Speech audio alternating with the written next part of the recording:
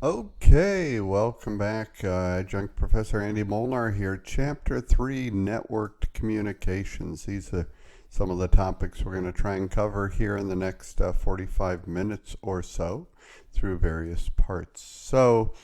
Um, as busy as they are, adults continue to be hungry for news. I think most of us would agree to that.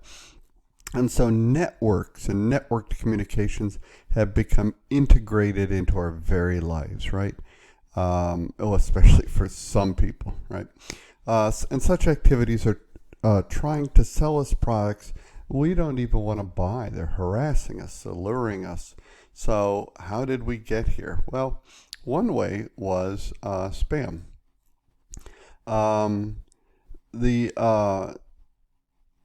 This is spam as a term was a kind of a ripoff, or from the final ripoff of Monty Python's Flying Circus, in which a group of Vikings are drawn out a cafe conversation by loudly and obnoxiously repeating the word spam, spam. It's meant to be funny. In a similar way, legitimate email messages can get drowned out by what we call spam today. The rise of spam, it corresponds with the transformation of the internet from a non-commercial and academic and research enterprise, we discussed that in week 1, into now this commercial global network, right? Um, uh, by in 2009, we had uh, just billions and billions of pieces of email flying, right? Up 81% from 2001, right? And so it consumes a ton of bandwidth. When you each email by itself, not much, but in collectively, a ton of bandwidth, right? And so this entire industry has grown up around developing software designed to filter out this spam, right? The value of spam is so large because it's frankly effective. And the internet provides a variety of sources of email addresses that can be harvested and sold to spammers, like websites, chat room conversations, and news groups. And they can use, once they have your email address, they can use it in with a dictionary attack, for example. As you recall, a dictionary attack is about our password complexity. It's one of the reasons we have the uppercase, the lowercase, a number, a symbol, right? A password that uses a good mix is is strong, right? And so spammers bombard the internet with millions of emails containing made-up addresses. If the email doesn't bounce, the spammer knows that the email address is real. Once they have the email address, right? And sometimes we give it to them voluntarily, right? Or we reveal our company ID. Either way, the attacker only needs then to apply this dictionary attack to gain access to your network, right? Because they're following the chain. They're an imposter at that point, using your identity, authorization, and access. All we have left on our side is audit. So, have you entered a contest on the web yet? Have you sent out? They're sent out by bot herders, right? Uh, uh, and so people who are able to take control of huge networks of computers. That's what a bot herder is going to do. And so they create these networks by launching programs that search the internet for computers with inadequate security and install software robot programs. That's what a bot is, right? It's a robot.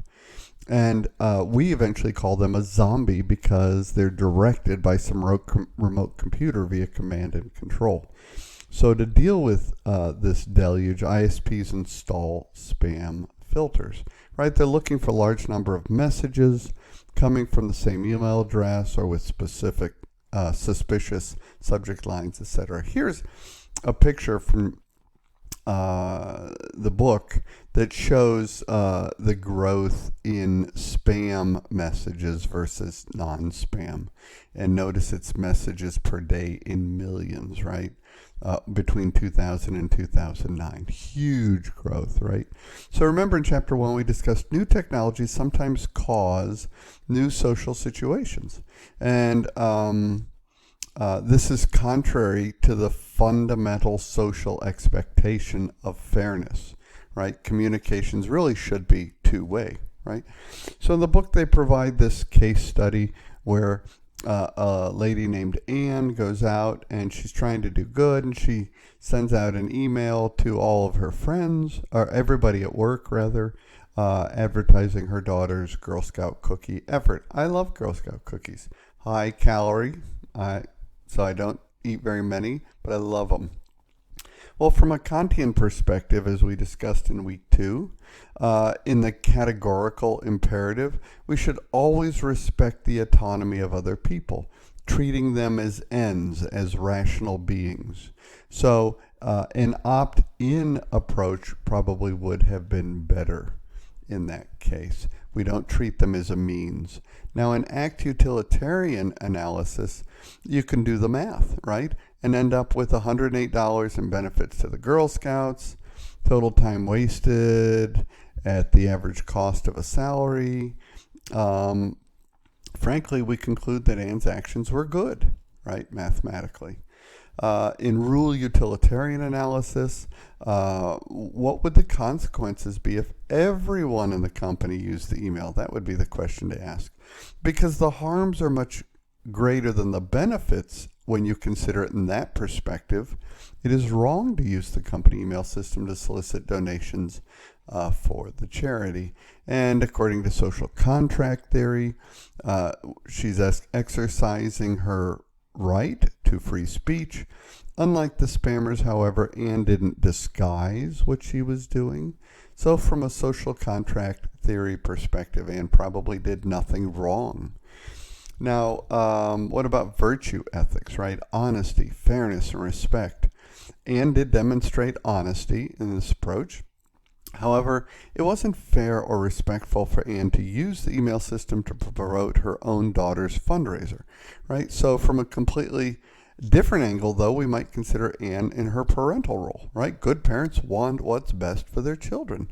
However, parents are also supposed to teach their children how to develop into capable and independent adults. So we conclude that Anne demonstrated many, but not all, of the characteristics of a good coworker and a good parent. Okay, so from the perspectives of these theories, we can reach different conclusions. Of course, it is clear, I think, that Anne should have taken another course of action. Now, there are, speaking of actions, there are other internet actions besides spam that we could talk about. So the World Wide Web we've talked about in chapter 1 is this large document repository. It's a documentation system. So easy to use web browsers really accelerated, we learned in chapter 1, to make it accessible for the ordinary computer user as well, not just universities or the Department of Defense. So 2 attributes enable the web to become global tool for this information exchange. 1, it's decentralized. 2, every object on the web has a unique address called a URL, or Uniform Resource Locator. Now, there's this rise of apps, right? Mobile apps, software programs that are loaded onto mobile devices. With them, we shop, we socialize, we contribute our own context, we add videos, photos, podcasts, etc. Even a wiki. A wiki is a website that allows multiple people to contribute and edit its content, right? And critics wonder about the quality of the reference work, of course. In addition, we blog, right? And apps help us to do all that. What about text messaging? Text messaging as information sharing platforms, right? We save money and pay bills using our cell phones.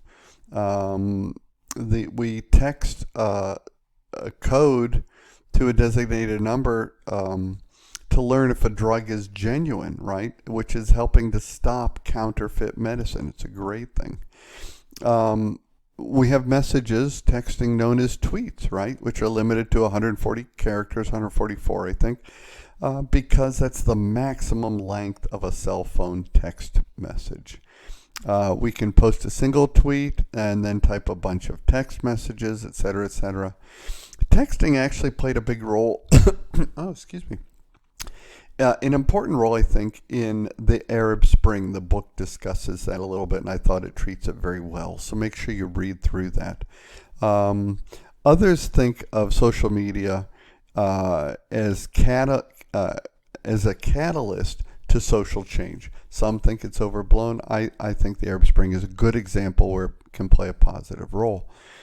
What about censorship then? Censorship is an attempt, of course, to suppress or regulate public access to material that someone considered harmful or offensive, right? So in Western democracies, the gradual separation of church and state left the government as the sole institution responsible for censorship. So this direct censorship has three forms: government, pre-publication, and licensing or registration. And so laws restrict the publication of certain information, and that control is used to control the media with limited bandwidth, for example.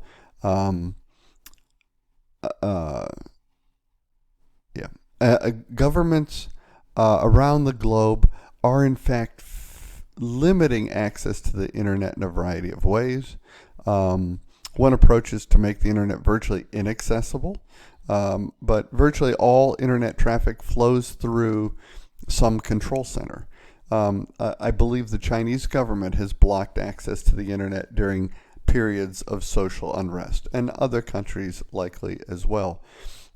So this great firewall of China, as it would be known, prevents Chinese citizens from accessing certain internet content.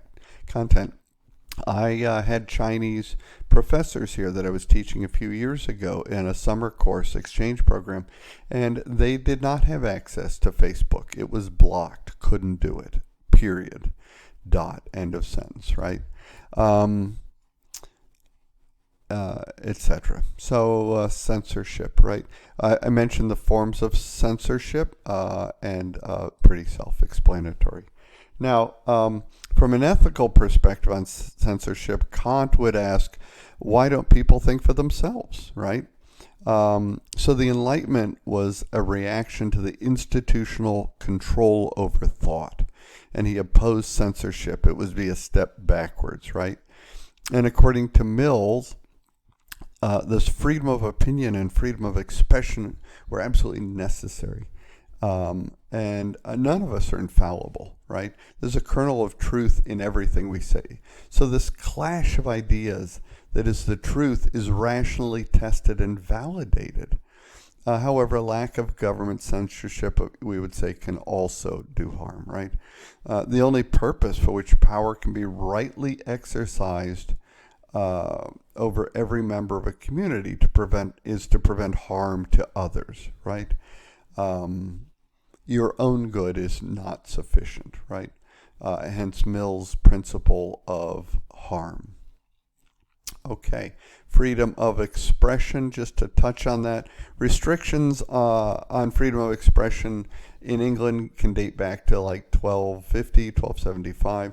And so the law became much broader through numerous revisions. And it did not have to obey traditional rules of evidence, right?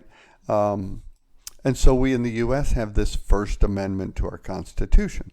So while the proposed Constitution was ratified by all 13 states, most state legislatures adopted the Constitution with the expectation that Congress would offer amendments. And James Madison proposed 12. 10 were quickly ratified, and freedom of speech and freedom of press were listed at the top. The primary purpose is political, right? Non-political speech is also covered, like you can't yell fire in a theater, right? Certain kinds of words or conduct. And the Supreme Court has made clear that freedom of expression is not an absolute right. It has to be balanced with the public good. And U.S. laws, for example, prohibit cigarette advertising on television. And of course, the book talks about Jeremy Janes, who was convicted of selling millions of sending spam messages but later exonerated. Okay, thanks. We'll come back for the next part.